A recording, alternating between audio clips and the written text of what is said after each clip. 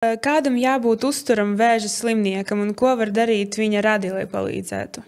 Runājot par uzturu, ir ļoti svarīgi, tas jau daudz, kur mūsdienās tiek pa veselīgu uzturu runāts, un tas pa lielam, tas pats uzturs, kas ir veselīgs mūsu sirsniņai, un mūsu asinsvadiem, un mūsu smadzenēm, un visiem mūsu orgāniem, tas pats uzturs arī ir veselīgs, lai samazinātu onkoloģisko slimību risku un arī uzlabotu onkoloģisko slimību ārstēšanu. Un proti, mēs zinām, ka ir nepieciešams, lai būtu daudz šķiedrvielas.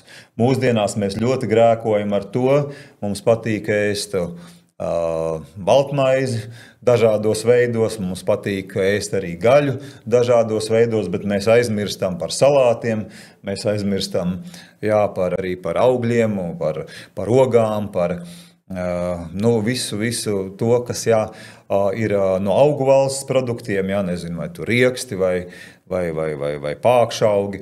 Tad šie produkti ir tie, kuros ir dažādi mikroelementi, dažādi vitamīni, dažādi antioksidanti, un kas stiprina mūsu imūno sistēmu un ir ļoti svarīgi cīņā pret vēzi. Paldies. Bet runājot tieši par krūšu veselību, kā var uzturēt krūšu veselību un kādi ir ieteikumi?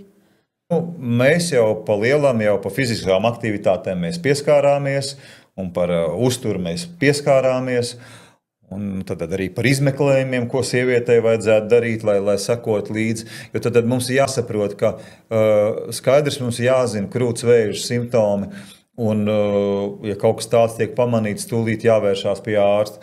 Bet tomēr ideālā situācija ir tāda, ka mēs veicam šos regulāros izmeklējumus, un kad tas vēzis tiek pamanīts izmeklējumos vēl pirms pacienti pati to sajūt. Ja? Tā būtu tā ideālā situācija.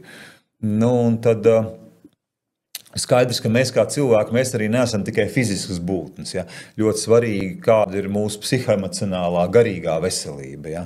Cik mēs esam tā garīgi stipri, cik mēs esam atpūtušies. Tā kā arī šīs lietas ir ļoti svarīgi, un arī tām ir jāvelta laiks. Tās nedrīkst ignorēt, jo arī tās ietekmē mūsu garastāvokli, mūsu spējas un arī mūsu imunitāti.